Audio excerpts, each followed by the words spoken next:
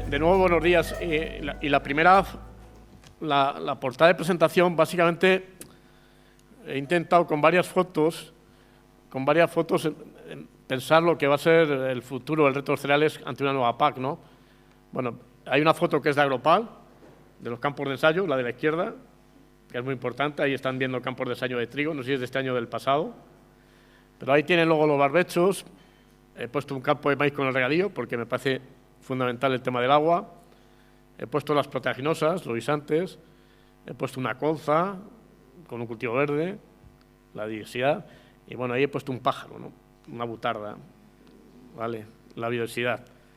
Es importante, bueno, podría dar la ponencia solo con esta transparencia. No sé dónde tengo que apretar, hacia... A ver si pasa. No pasa. Espera, a ver que... Bueno, espera, que no está encendido. Ahora.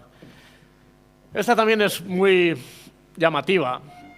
Vamos a empezar una PAC que empezamos a hablar de ella en el 17. En el año 17 se empezó a hablar de la PAC que va a empezar, o sea, 7 años casi, hablando de PAC. Y ahí he puesto todos los países que han...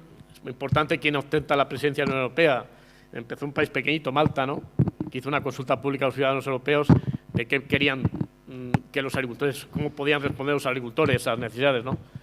A esa consulta los que más contestaron fueron los ecologistas.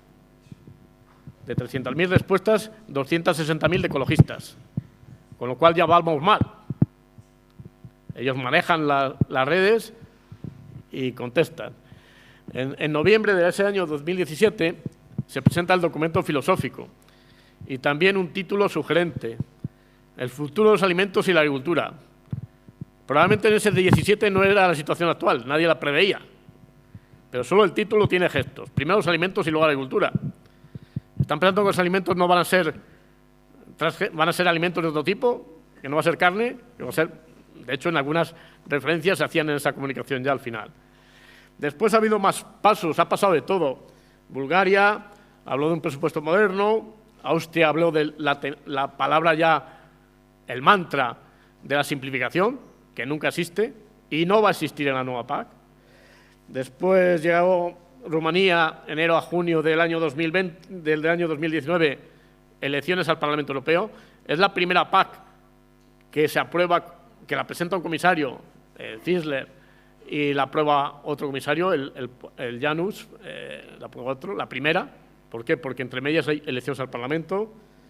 Evidentemente, después de elecciones, a final de año del 19, un nuevo colegio de comisarios, una nueva presidenta de la Comisión, Ursula von der Leyen, y esta nueva presidenta de la Comisión plantea su estrategia y habla del Pacto Verde Europeo, ¿vale? En el año 19, al final.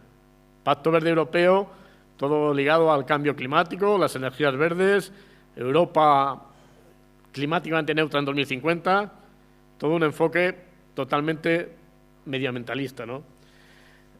A partir del 2020, el primer semestre, con Croacia se presentan ligadas al Pacto Verde 2 estrategias, una llamada de la granja a la mesa y otra de biodiversidad, que me referiré al final de la intervención.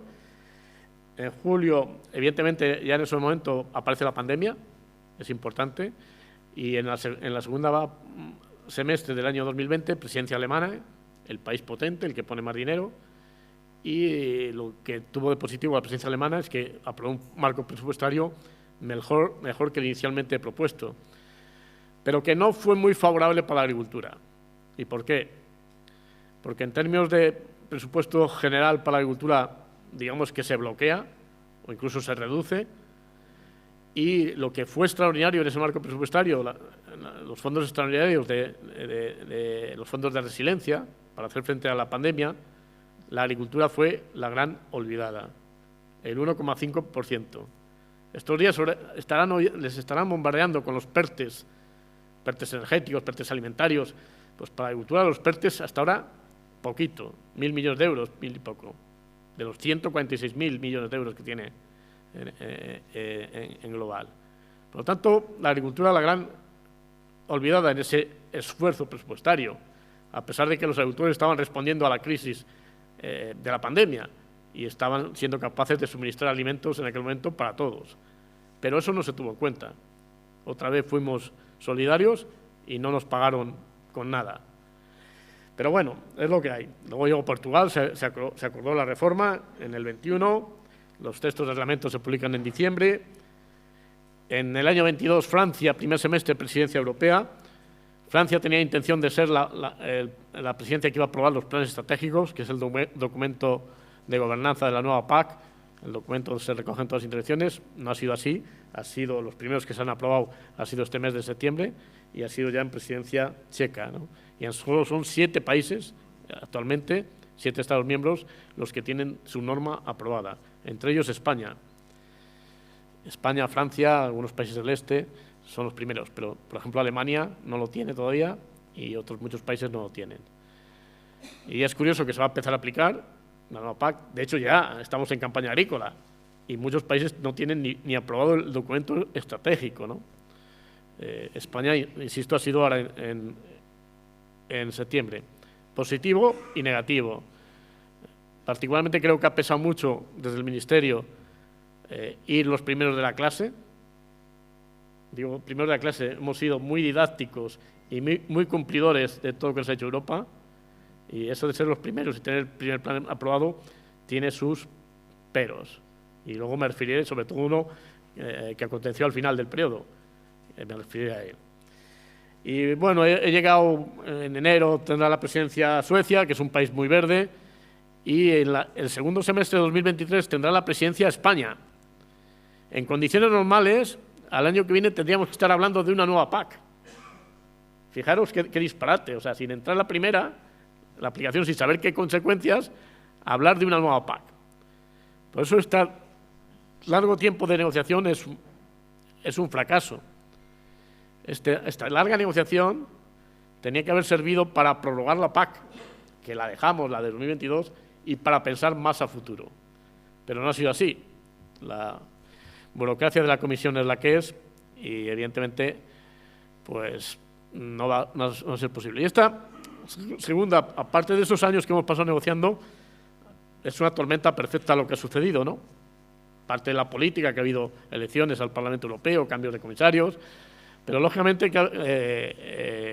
es la primera foto, ¿no? La nueva comisión. Apareció el COVID, nadie esperaba en 2020, ¿no? Ahora aparece la invasión Rusia este año a Ucrania, ¿no? Ahí tenemos luego a Putin con el líder chino, ¿no? Con eso quiero reflejar que hay un cambio de peso geopolítico importante. A nivel mundial hay un cambio de balanza de peso político importante hacia los países como China, asiáticos o como Rusia, ¿no? Ahí hay otra reunión de la G8, ¿no? Donde hay líderes importantes, pero si se fijan en la foto hay líderes que ya no están en Europa. Por ejemplo, Boris Johnson, Reino Unido salió también en este periodo de Unión Europea. Ahora se ha muerto la reina de Inglaterra también, ¿no? Pero tampoco está el italiano, ni tampoco está, algún otro tampoco está. Con eso quiero decir que Europa está perdiendo peso geopolítico y tiene una carestía importante de líderes. Y eso hace repercutir probablemente en las políticas. El otro día en una clausura de una jornada decía alguien de una entidad financiera: hay que hacer más Europa. Desgraciadamente no vamos por ahí, desgraciadamente. Y luego pues tenemos además la tormenta climática, ¿no? Sobre todo esta situación de esta campaña, el año más seco casi de toda la historia, ¿no? Pero que eso no solo afecta a España, que como ven ahí en colores rojos afecta bastante al centro de Europa, a Francia, a Alemania, incluso otros países. Y por último, por destacar 3 acontecimientos: el COVID, la invasión rusa y ahora aparece la prima inflación. Digo prima porque antes era la prima de riesgo, pero aparece la inflación. Y la inflación, pues es un problema. Y alcanzar la inflación de 2 dígitos es un problema que afecta mucho al sector agrario. Y ahora estamos viendo como es un problema para el sector agrario y es un problema para el consumidor. Estos días es noticia lo de limitar el precio de productos de la cesta de la compra. Es noticia totalmente. el acuerdo de la vicepresidenta con una cadena, que probablemente se extienda más, pero eso todo lo que está haciendo ese efecto para proteger al consumidor probablemente afecte de forma negativa al productor agrario. Si en ese cesta de productos básicos se incluyen Recibe trabajos locales con anuncios de servicios locales de Google. Cuando se trata de tu negocio, siempre... Ya está bastante mal el pollo como para limitarle en la cesta de la compra. Pero bueno, y todo eso tiene que ver con la inflación, ¿no? Inflación desmandada e incontrolable. La nueva PAC, que en lo que se refiere a los pagos, puede ser un modelo muy continuista, un modelo, como ya se dijo, de capa de cebolla. Ahora teníamos el pago base, el pago verde, las asociadas y los jóvenes. Pues en el futuro vamos a tener una ayuda básica con dos componentes, la parte de la derecha, la ayuda básica simplificada y el pago distributivo, un pago verde distinto, que se llama ecorégimen o ecoesquema, ayudas asociadas y ayudas a jóvenes. Esta era la propuesta que se hizo en la primera presentación del PEPAC de España, pero al final ha quedado de esta forma, ¿no? Al final ha quedado que un 51% de los importes van a ir en forma de ayuda básica a la renta, en forma de derechos. No voy a detener mucho en esto porque no tengo tiempo. Voy a centrarme en lo que incide en la siembra de cereales inmediata y por eso no me voy a centrar en estos pagos, que son pagos universales. La ayuda básica y el pago distributivo lo cobran todos los agricultores, siembre lo que siembre, solamente por ser agricultor activo, que es otro requisito que nos pierde en la cabeza, porque los profesionales son todos activos, y que me perdonen los que no sean profesionales, pero yo estoy en un foro de profesionales. Los profesionales lo cumplen todos. Además, agricultor activo, por decisión del Gobierno y apoyando sobre todo a Andalucía, el 76% de los productores de España lo cumplen porque cobran de menos de 5.000 euros, ¿vale? Por lo tanto, no me voy a detener en eso porque al final nos pierde ese concepto de agricultor activo. Lo importante es tener actividad agraria y no ser agricultor activo. Lo importante es producir. Y por lo tanto, el pago básico es un pago universal, con derechos y cumplir la condicionalidad. El pago distributivo, que es un pago que intenta favorecer las pequeñas explotaciones, un pago de corte podemita, y por lo tanto son universales y no me voy a detener. Y luego vienen los pagos que son voluntarios. Eso no lo cobran todos, la otra parte derecha. Los ecoregímenes, que va a ser un pago voluntario, a diferencia del pago verde, que era un pago universal, es voluntario, el que lo quiera cobrar tiene que acogerse. Y ahora me centraré qué tiene que hacer para acogerse.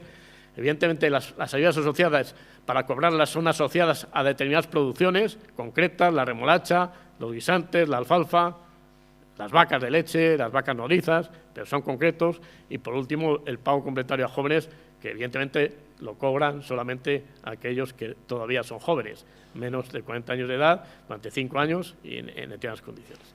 Por tanto, los dos primeros son universales. Y hay poca capacidad o de influencia en los cereales. Son universales, hay que tener tierras admisibles, cumplir la condicionalidad y ser activo. No influye para los cereales. Bueno, influye que lo puedo cobrar dejando todo de barbecho. Iría en contra, de alguna forma, estas ayudas universales van en contra de la producción. Es verdad que cuando se crea este sistema, más allá, en el año 2005, el pago único, cuando se crea el pago único se hablaba de libertad a la hora de elegir los productores. Un sistema que daba libertad.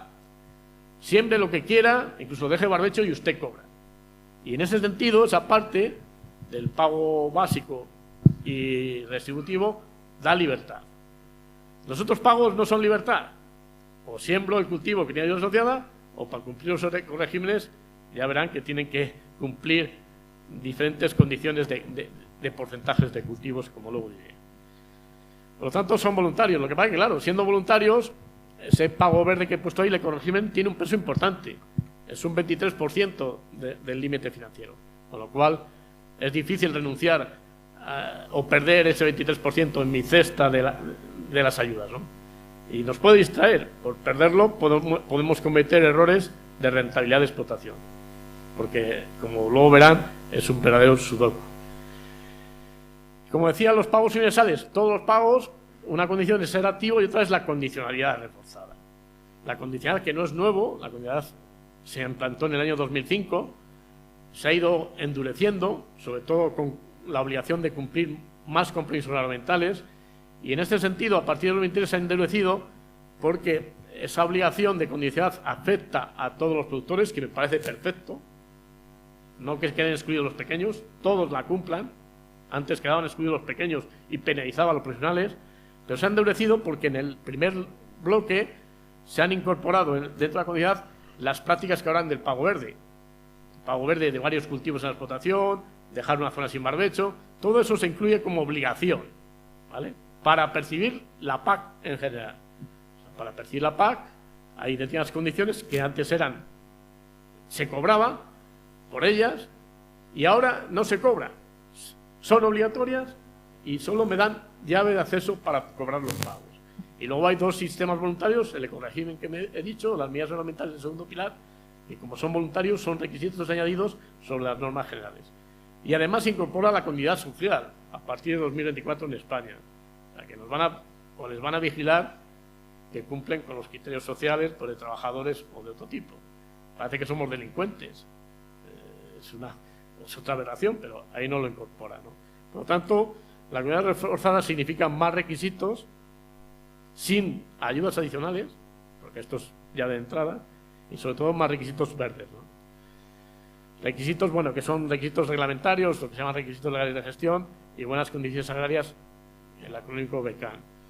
Algunas, como digo, proceden del greening, del pago verde, como es la rotación de cultivos, antes de diversificación, las zonas no productivas, la BECAN 8, y otras, muchas de ellas están ligadas a unos elementos que va a cobrar más importancia, que está cobrando mucha importancia a partir del 23. Como digo, la condicionalidad la tienen que cumplir todos, y si no se cumple, se sanciona. Y esto es un criterio europeo, no es un criterio de Estado. Y la condicionalidad intenta preservar. Antes en la introducción el responsable de tierras decía que iba a haber una nueva jornada en Viñalta sobre el suelo. Pues lo que se intenta, o la comisión pretende, es intentar conservar lo que son los elementos esenciales, elementos naturales esenciales: el suelo, el agua y el aire. Y a eso se añade la biodiversidad.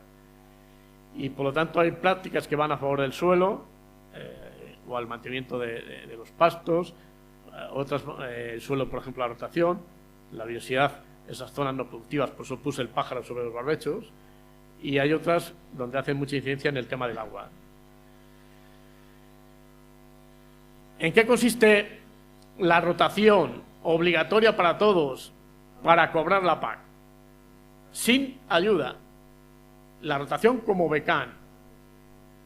Pues esa BECAN que cada Estado miembro puede definir, en España se ha definido, Europa nos ha obligado a introducir el concepto de rotación.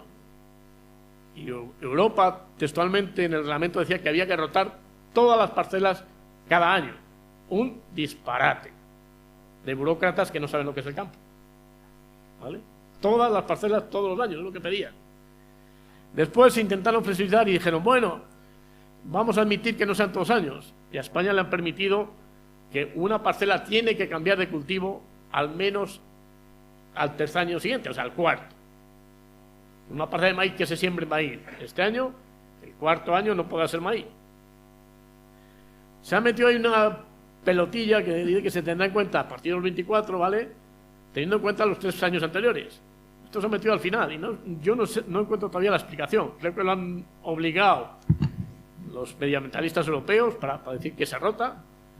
Y en España se ha unido rotación a cuarto año o a partir de 3 años con diversificación. En España, además de rotar, hay que diversificar los cultivos de la explotación.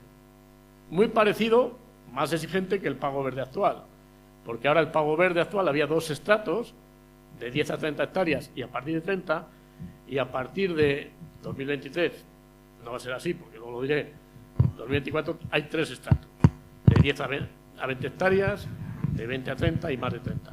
Y además el cultivo mayoritario, si me centro en el último estrato, en el de más de 30 hectáreas, hasta ahora podía llegar hasta el 75% de la explotación. A partir de 2023, 2024, por lo que luego diré, solo será el 70%. O sea, más estratos y más exigencia. No es el modelo que han elegido otros estados. Por ejemplo, a mí me gusta más, es más sencillo el modelo de Francia, y le voy a seguir reclamando al equipo de planas, porque creo que es mucho más sencillo, ¿vale?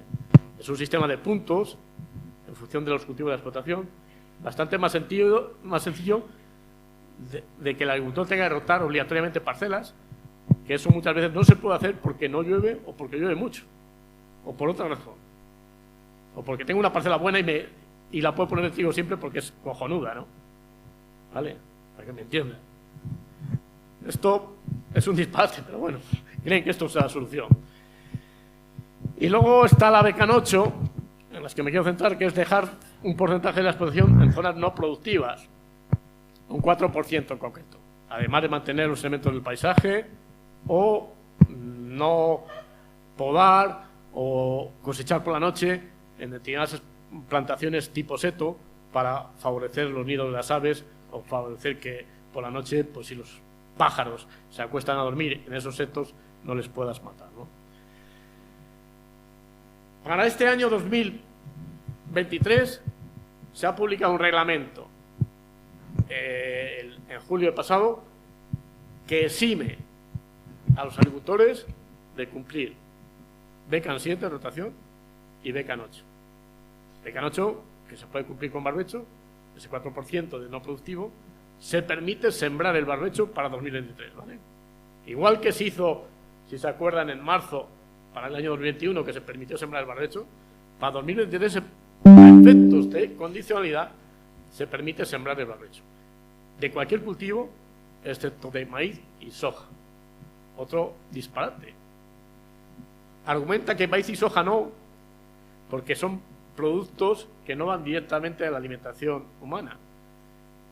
Un día, por curiosidad, pero lo puedo decir, un día escuchando al programa que sigue a César Lumbreras, el Ángeles Eslice, pues hablaban del maíz, de esta situación de Ucrania, y era curioso que hablaban los urbanistas como que el maíz solo servía para palomitas. Así de curioso el desconocimiento, pero así fue. Y claro, parece que los que legislan en Europa también piensan lo mismo, pero lógicamente el maíz o la soja son los ingredientes principales del huevo o del cerdo, ¿no? Claro, piensan que pues no dejan sembrar maíz, con lo cual los de León estarán cabreadísimos, porque los de León ya no pueden sembrar todo el maíz, porque ya un 4% barbecho, por lo menos, ¿vale? Eso como condición general. Pero claro, ahí lo pongo. Ojo, la condición no son los ecoregímenes. Tanto, para cobrar los pagos universales, perfecto. Puedo sembrar 96 hectáreas de 100 de maíz. Pero si quiero cobrar un ecorégimen, y ahora voy a ello, y eso es lo que muchos dudan, pues me preguntan muchos, ¿qué tengo que hacer? Bueno, antes de hablar de qué sembrar, este nuevo sistema que se llama ecoesquema, ahora se llama ecorégimen, y que representa 1.100 millones de euros en España al año, un 23% de los 4.828 millones. Lo que se ha hecho en España son 9 ecoregímenes. Si se fijan en la columna izquierda, he puesto el tipo de tierra, el tipo de superficie. He puesto los pastos en verde, las tierras arables en marrón, los cultivos permanentes, los pistachos o el viñedo en azul, y luego he puesto al final otro, que es un ecoesquema, digamos, comodín, que vale para los cultivos herbáceos permanentes y para los cultivos bajo agua, que es un ecoesquema vinculado a la biodiversidad. O sea, tipos de tierra, lo primero. ¿Tengo tierras arables? ¿Qué puedo hacer? ¿Tengo pastos? ¿Qué puedo hacer? ¿O tengo leñosos? ¿Qué puedo hacer?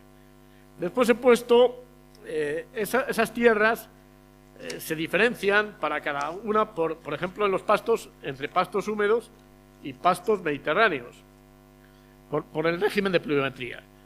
En las tierras arables se diferencian en 3: secanos húmedos y regadío.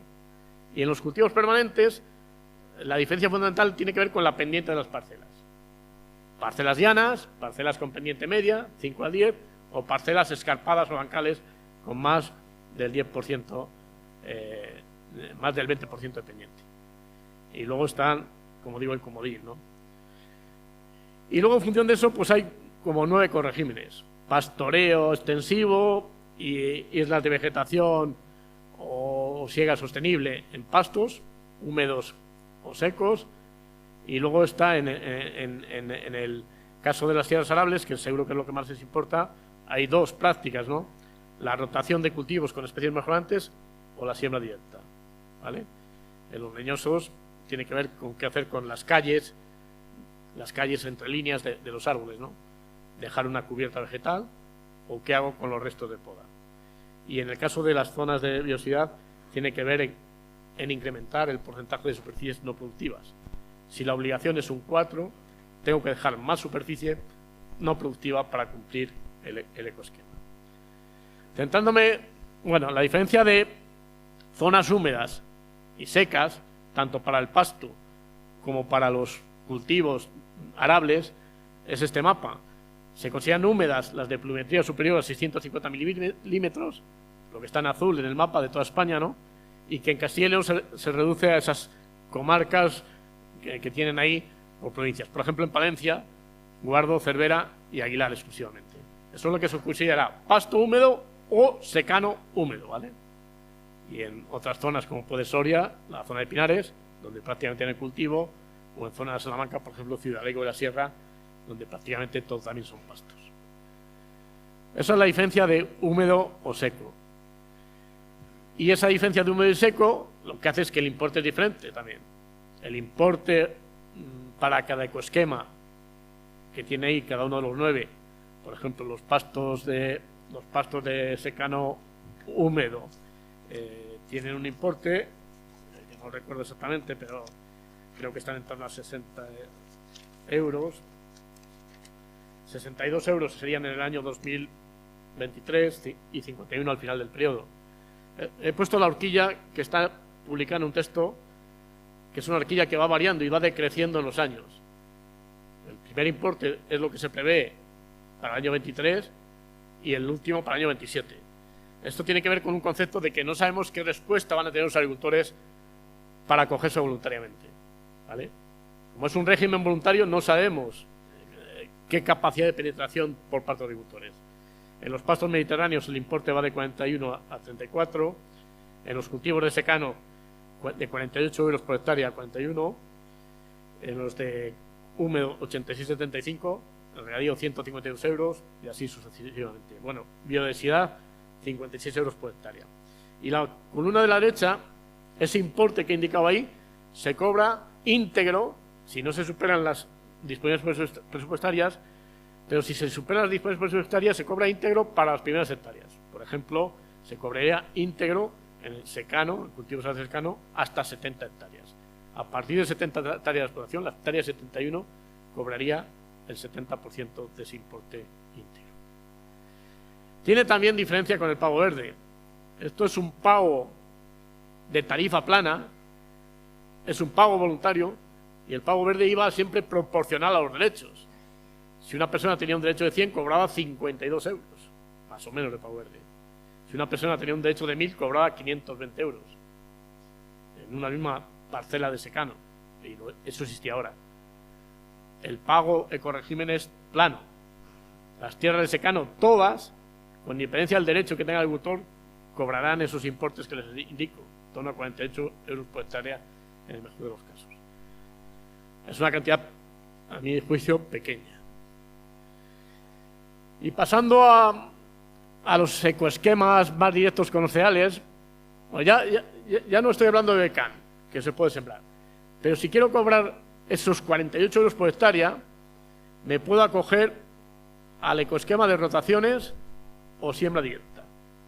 ¿Qué tengo que hacer en el ecoesquema de rotaciones para cobrar esos 48 euros por hectárea? Pues tengo que rotar el 50% de las superficies de mi explotación. O sea, un cultivo diferente al del año anterior en el 50%. Cultivos diferentes son trigo y cebada, son girasol, pero no será cultivo diferente trigo de invierno y trigo de primavera como sucedía hasta ahora.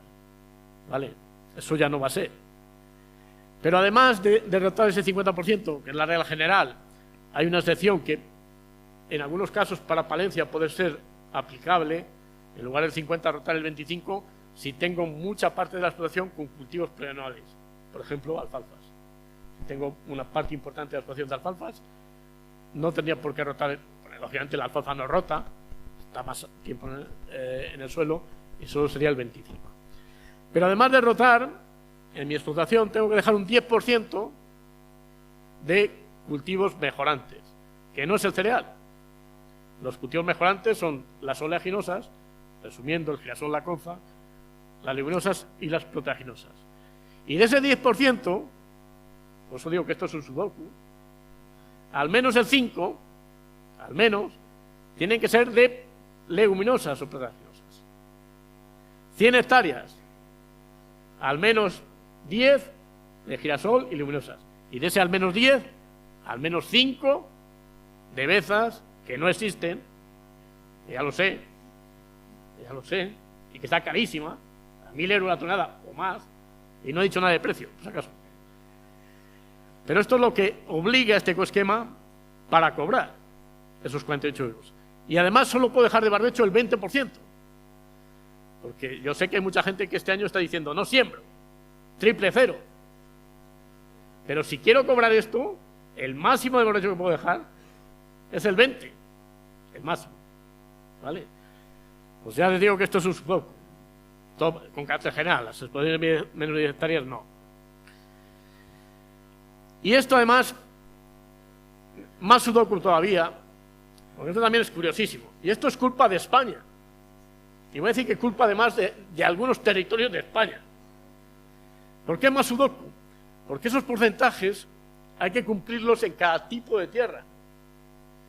Y si ustedes tienen secano y regadío, tienen que hacer en el secano eso y en el regadío también. Y si lo complico más, si tienen secano húmedo, secano seco y regadío, lo tienen que hacer en los tres. Y esto es, insisto, esto fue porque alguien metió la pata de algunos de mis colegas y dijo, pero bueno, ¿cómo van a cobrar más o cómo van a cobrar 156 euros de regadío si rotan solo en secano? Déjales tranquilos y libertad.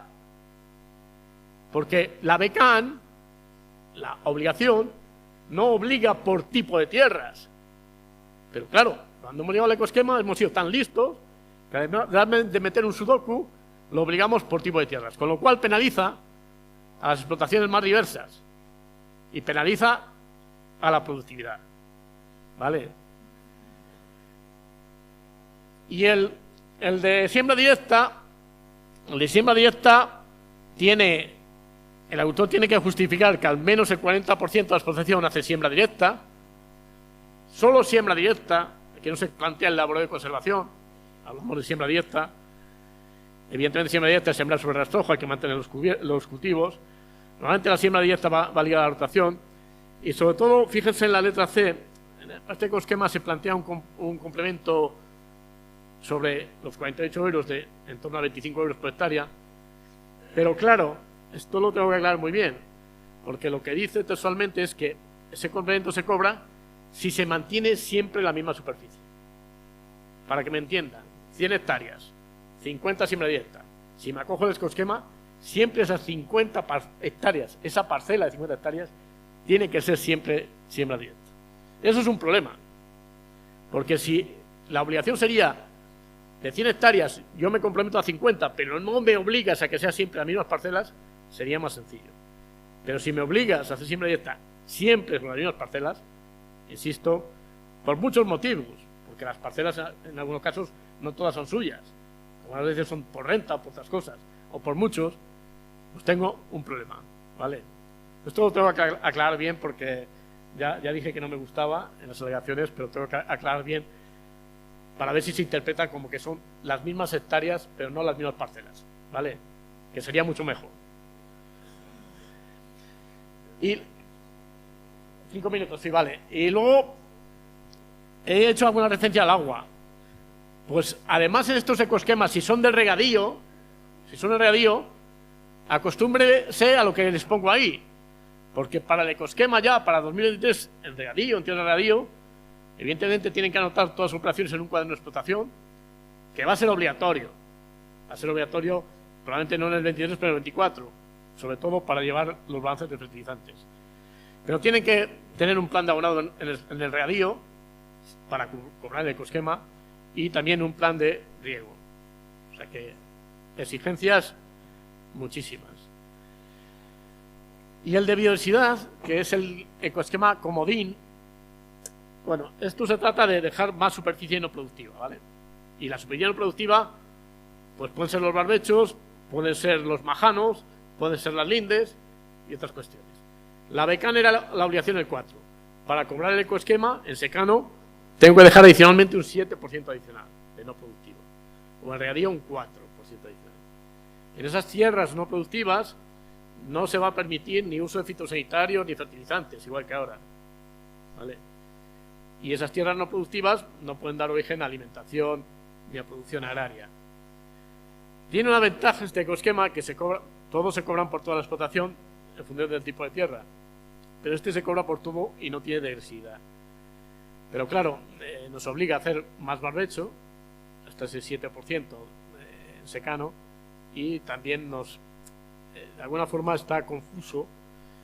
Ese 7% adicional al 3, que había que respetar obligatorio, en el 3 puedo sembrar porque me lo ha exceptuado, salvo maíz y soja. Este 7 no puedo sembrar, y además ese barbecho, para cobrarlo, tiene que ser semillado, que a los que están aquí no les gusta. Eso de dejar barbechos con hierbas les gusta poco a los que están aquí, en general. Pues tiene que ser semillado. También se lo han inventado en Madrid, porque el reglamento no lo decía. Y tiene que ser semillado para que esa butarda, ese pajarito, esté feliz por ahí entre las amapolas. Con lo cual, no solo es dejar más barbecho, sino que ese barbecho tiene que ser semillado, ¿vale?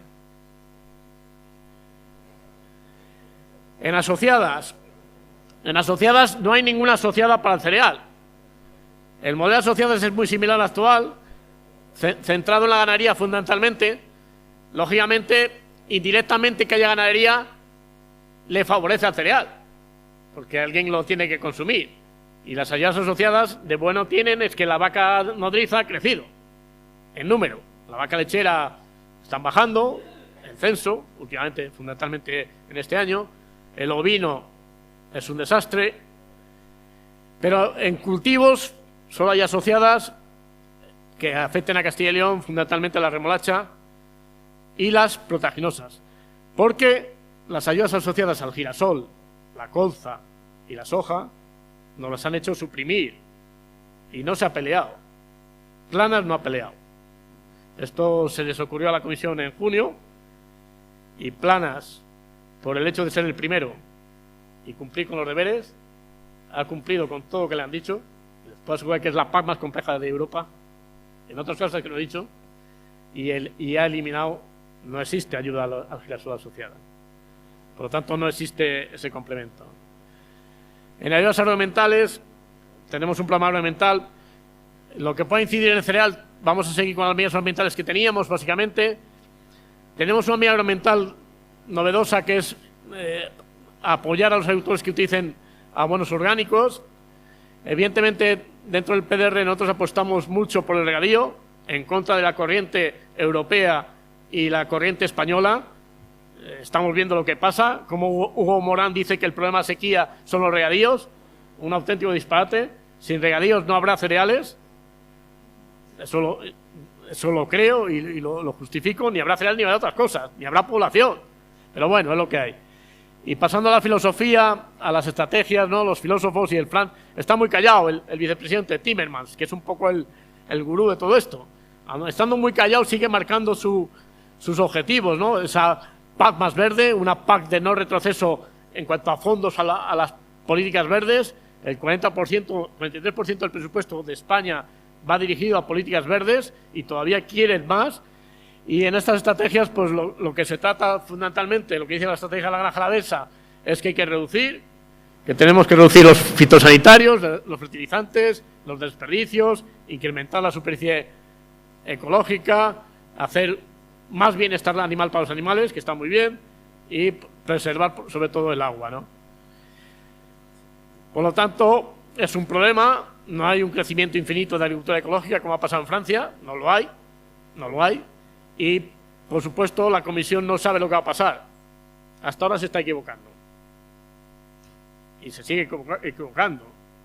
Si seguimos esta línea, en la situación que estamos, y las siembras que se van a producir, esto se va a cumplir por muchos, ¿vale?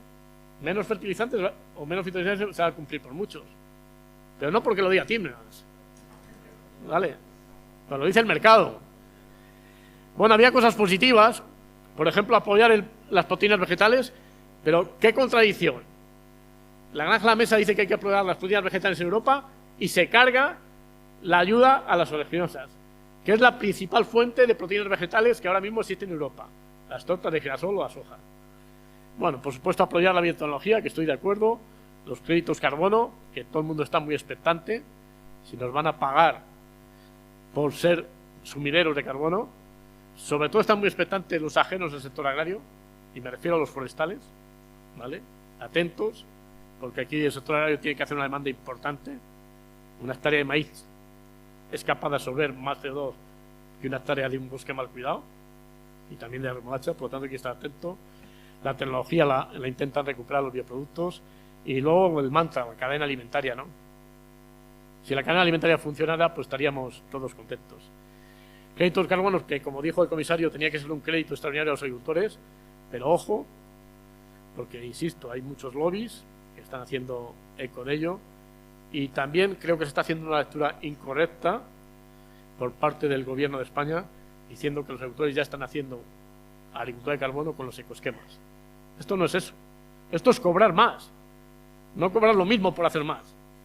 Pero ya lo están diciendo. Somos muy buenos los chicos de la clase, y es que son buenísimos. Ya están haciendo agricultura de carbono, pero gratis no, hay que cobrar. Bueno, el tema de la agricultura sostenible, luego hablará Ventura de Grano Sostenible, eso es evidente, ¿no? Y evidentemente yo comparto que es necesario los bioproductos y todo lo que sea tecnología. Sin tecnología y ciencia, el futuro estará mal. El futuro de los cereales y el futuro en general del sector estará mal. Con agriculturas expansivas, verdes, la producción de cereales pues será residual. Para producir hay que meter energía. Eso es evidente. La energía ni se crea ni se estudia, solo se transforma. Y esa es la clave. De la inflación ya he hablado, ya lo saben, como esta es una infografía vieja, la carestía de los precios, ¿no? De los gasóleos, los fertilizantes. ¿Y dónde está el reto de los cereales más inmediato? ¿Dónde lo veo yo? Bueno, evidentemente hay un problema de si sembramos o no sembramos. Hay un problema de volatilidad de mercado. Hay un problema de qué va a pasar. ¿Los precios se van a sostener en la próxima cosecha o no? Nadie lo garantiza. No sé si de estimos no lo van a decir. Pero esa es una decisión. O sea, si a muchos de los que están aquí les garantizan un precio ideal en junio o agosto del año que viene, se lanzan a sembrar, no lo dudéis. Pero como nadie les dice eso, nadie siembra. ¿Y dónde está el problema más inmediato que veo en que la tendencia ligeramente alcista de los cereales no se produzca? Esa es mi opinión, ¿no? Por eso he puesto la gráfica de porcino en España. ¿Cómo ha crecido el censo de porcino? ¿Quién es el gran consumidor de cereales en España? El porcino y las aves. ¿Y dónde está el problema o la incertidumbre también para los cereales? En la amenaza sanitaria. Y me refiero, por ejemplo, en aves, la peste aviar. Ayer salió un caso de casi 1 millón de gallinas en Ciudad Real de peste aviar. Y en cerdos, la amenaza de la peste porcina africana. Si el censo de porcino se cae por lo que sea, o porque bien se topa el precio de la compra por cualquier cosa, los cereales no tendrán una tendencia alcista. No habrá demanda. Si no hay demanda, pues no crecerán los precios. Si el censo del porcino se mantiene, el precio del porcino sigue creciendo, el consumidor compra, los cereales tendrán futuro, tendrán precio, a pesar de los insumos. Pero el futuro está aquí. El futuro no está en la PAC. El futuro está en esto. Piensen con cabeza. Yo utilizo una frase, ahorro con precaución. Pero cada uno es libre. No les ciegue el sudoku de los ecoesquemas. Aquí está la clave. Evidentemente, si siembran, háganlo de verdad. Porque tirar el dinero sin más, o sembrar sin capacidad de obtener cosecha, pues es un poco un riesgo aventurero, ¿no? Y evidentemente esto está... Ya acabamos. Es muy fácil desde el despacho, ¿no?, decir las cosas, pero lo difícil está en el campo, ¿no? Y evidentemente, como digo, detrás de un alimento siempre está un agricultor. Eso parece que la sociedad no lo cree. Pero no corren buenos tiempos para la sociedad. Ya lo digo. No quiero ser pesimista, pero el escenario está en una tormenta perfecta, ¿no?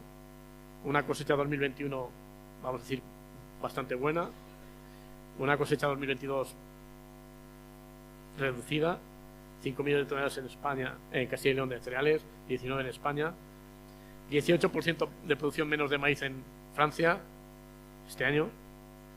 Hoy leía que Francia está negociando con Rumanía traer cereal ucraniano. Ucrania, que no nos cuenten cuentos chinos, tiene lo que tiene, está en guerra. Putin está amenazando en romper el acuerdo de salida de barcos. Con lo cual, todo eso ante un escenario también de precios de input. No sé si habrá disponibilidad. La Asociación de Fertilizantes dijo que había suficiente, luego Cortijo no sé qué nos dirá. Pero de luego que no sé si habrá suficientes, pero los precios son elevados. Hay que pensárselo. Pero también es verdad que si no abonas, no cosechas. Con lo cual yo creo que los profesionales, pues evidentemente, saben muy bien lo que hacer, con independencia de todos estos gurús, como yo, que decimos, no, siembra al 10%, siembra. Estos son gurús, no saben lo que dicen. De sobra saben ustedes que hay que rotar. Y de sobra saben ustedes que en explotaciones profesionales hay que diversificar. Porque eso a la larga es una agricultura más sostenible. Y a la larga es hacer una agricultura más racional, un paisaje más diverso y evidentemente al bolsillo, que es lo que les interesa, normalmente les salen las cuentas. Y sin más, muchas gracias y que escuchen a los que me siguen, ¿vale?